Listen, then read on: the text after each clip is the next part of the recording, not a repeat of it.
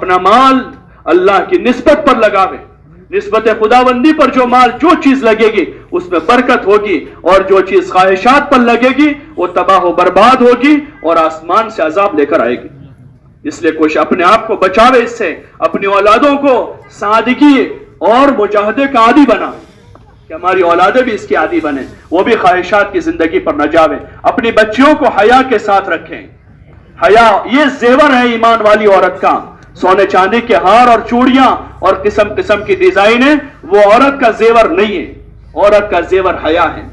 ٹھیک ہے اس کی زینت کے لیے جو اپنے شوہر کے لیے کرے گی اس کے لیے زینت کرے گی جتنی شریعت میں گنجائش ہے. باقی باہر بیٹی حیا کے ساتھ اچھی لگتی ہے. بیٹی حیا کے ساتھ ہو، بیوی حیا کے ساتھ ہو، پردے کے ساتھ ہو. عورت کو اللہ نے چھپایا ہے. ازواج مطہرات نبی کی بیویاں ہیں، پوری امت کی مائیں ہیں. ان ازواج مطہرات سے اللہ کہہ رہا ہے وَقَرْنَ فِي بُيُوتِكُنَّ وَلَا تَبَرَّجْنَ تَبَرُّجَ الْجَاهِلِيَّةِ الْأُولَىٰ. اپنے گھروں میں قرار پکڑی رہو. دور جاہلیت میں جیسے بغیر پردے کے اپنے گھروں سے نکلا کرتی تھی اس طرح مت نکلا کرو. وَأَقِمْنَ الصَّلَاةَ وَآتِينَ الزَّكَاةَ. اور اپنے گھروں میں رہ کر نماز اور زکات کی پابندی کرتی رہو. وَأَطِيعْنَ اللَّهَ وَرَسُولَهُ. اور اپنے گھروں میں رہ کر اللہ رسول کی اطاعت کرتی رہو. یہ ازواج مطہرات سے کہا جا رہا ہے جو امت کی مائیں ہیں. ان کو کہا گیا، ان ماؤں سے کہا کہ اگر تمہارے دروازے نبی کے گھر پر کوئی آ کر معلوم کرتا ہے تو تم اس کو نرم لہجے میں جواب مت دو.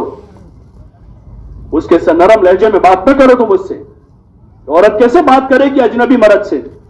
اور پھر ہم تو کھلے طور پر دروازے پر روبرو ہو کر بات کرے گی. وہ کیسے ہو سکتا ہے؟ ایک ایمان والی عورت کی غیرت کے خلاف ہے اور ایک ایمان والے مرد کی غیرت کے خلاف ہے کہ اس کی بیوی کسی اجنبی سے روبرو ہو کر بات کر رہی ہے.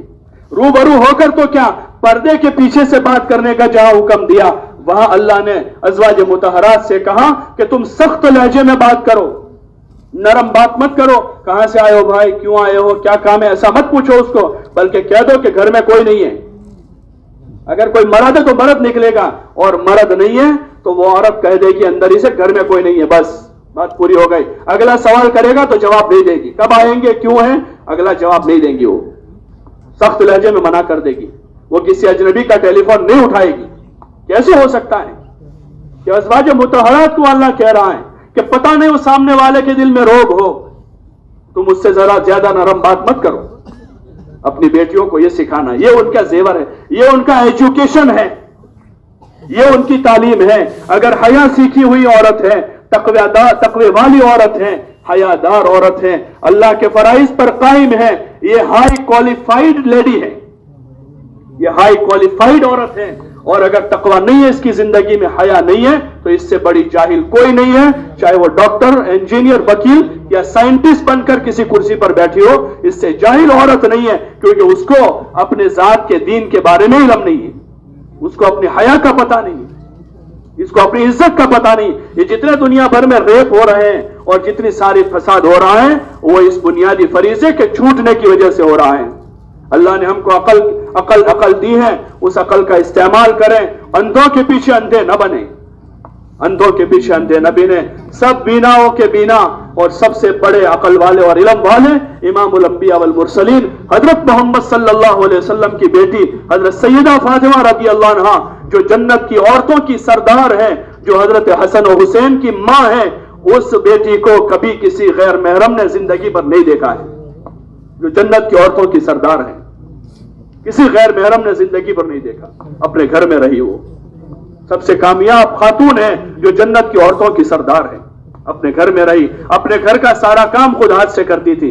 عورت کا تو یہی، اس کا تو ہوم سائنس اور ہوم ورک، گھر کا کام اور گھر کا سائنس اس کو پڑھانا ہے. یہ اس کا علم ہے، یہ اس کا ایجوکیشن ہے کہ ماں کے ساتھ کیسے رہنا، ساس کے ساتھ کیسے رہنا، شوہر کو کیسے ٹیکل کرنا، بچوں کی کیسی پرورش کرنا، اپنے پڑوسیوں کے ساتھ کیسے سیٹ کرنا، آنے والے مہمانوں کو کیسے مینیج کرنا. یہ اس کا ایجوکیشن ہے. گھر کی اکونومی کو کیسے سنبھالنا ہے، گھر کی اکونومی کو کیسے سنبھالنا ہے کہ شوہر کا آمدنی کم ہے تو کم آمدنی میں گھر کیسے چلانا ہے. یہ اس کو سکھانا ہے. اس کو کیا ضرورت ہے لو پڑھنے کی، اور اس کو کیا ضرورت ہے سائنس پڑھنے کی، اس کو کیا ضرورت ہے میتھس پڑھنے کی.